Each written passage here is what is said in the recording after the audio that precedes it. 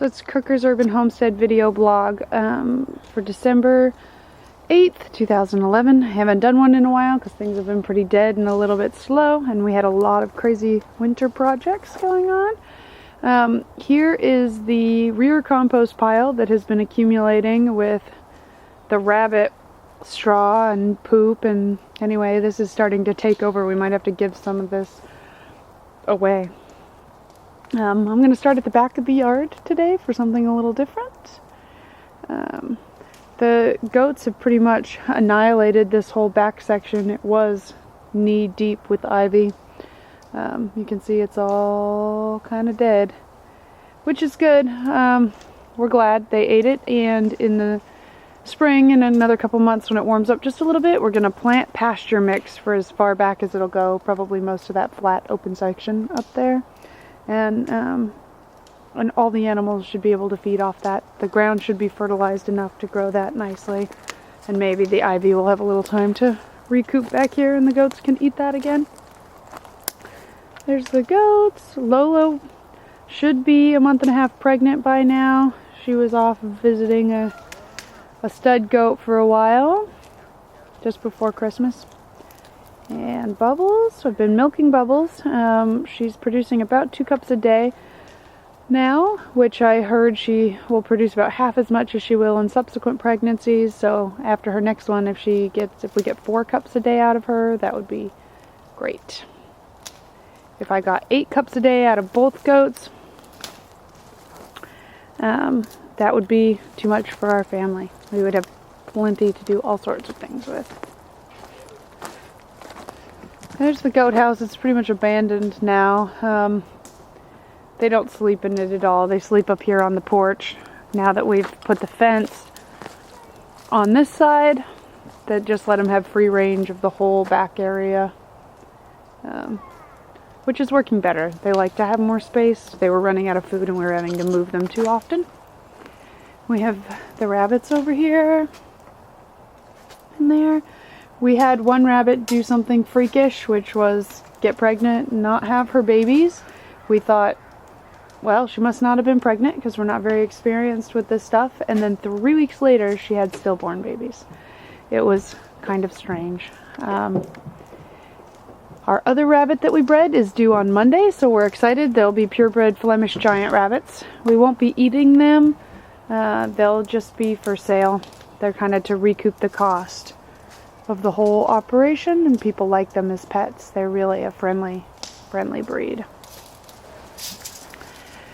So we were having some problems with the goats getting out of this little soft electric fence here. They had learned how to jump it. After much trial and error, we realized if we triple layered it, they couldn't jump it without getting shocked and dissatisfied with the whole thing. They have not gotten out since we've done it this way. It's been much better. There was about a month and a half when they were living up there on our porch, which I don't particularly mind the goats there, but I did mind the goat poop. George here is working on homesteading projects today. He is building a goat feeder. He is using salt-treated wood because that's what we have.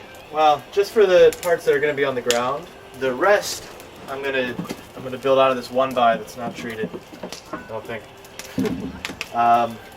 The part that'll actually touch the food mostly. So, if anybody has any opinions about that, though, I'd love to hear it. Here in the Northwest, we're definitely going to have to put a cover on the top to keep the rain off. But hoping to have something fairly portable and simple. If this works out well, we'll post the plans online so other people can build them. And if you've got a better idea, please let me know.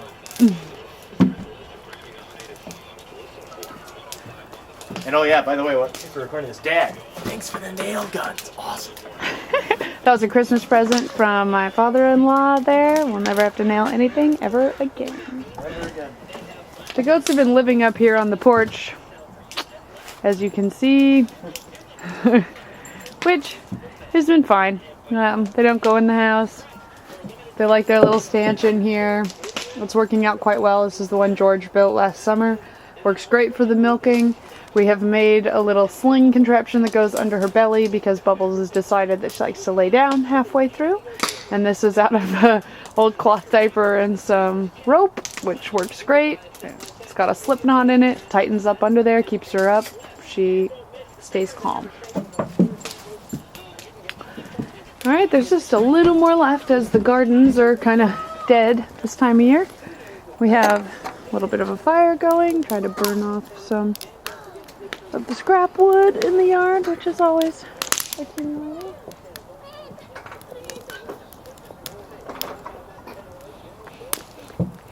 Hi, Finn.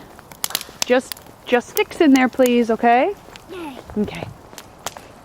So we moved the chicken coop over here. It's on top of this one garden bed, and it looks like it was built to fit up there. It fits perfectly. Oh, are you all right, buddy? Yeah? Okay. The chickens are all up inside. We have, because the dog has been antagonizing them. We have 14 chickens now, and we had been letting them out to free range because this coop's kind of small for 14 chickens. But they started jumping the fence into our neighbor's yard, who got unhappy, so we need to. One of the projects now is to figure out how to get the fence a little taller. And over there so that they can't jump into his yard. He's got a lot of landscaping back there. I had planted some winter things to try to grow them, but we got a hard freeze pretty early in the year. Everything died, and when the goats were roaming around, I just let them eat it all out. And then I tidied it up a little bit. I had some cover crop growing over here. It was fava beans. It didn't live past the first freeze. I didn't try to save it in any way. We're gonna start starters probably in March. Maybe a few early things that can be planted. Over here I've got my garlic, and this is doing really well. This section here is garlic. Right there I had planted bear garlic and onion seeds. The bear garlic seeds never came up. The onion sort of came up but didn't make it past the first frost. And then you can see there's garlic growing over there. So we should have plenty of garlic for a good amount of the spring. And it actually does grow in the winter here.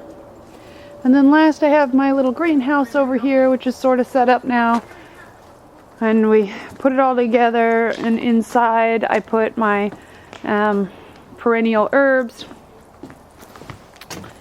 And let's see, look in here. And empty pots, really, just to kind of tidy things up. I have my oregano and lavender, thyme. Somewhere in there, there's something else, I think. Oh, rosemary. The rosemary's up top there. There it is. Okay.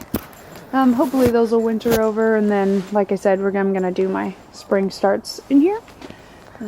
It keeps everything just kind of tidy and done. So I probably won't do another video blog for another month or two, as it's not been too interesting.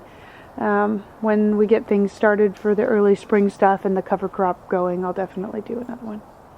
Okay, talk to you all soon.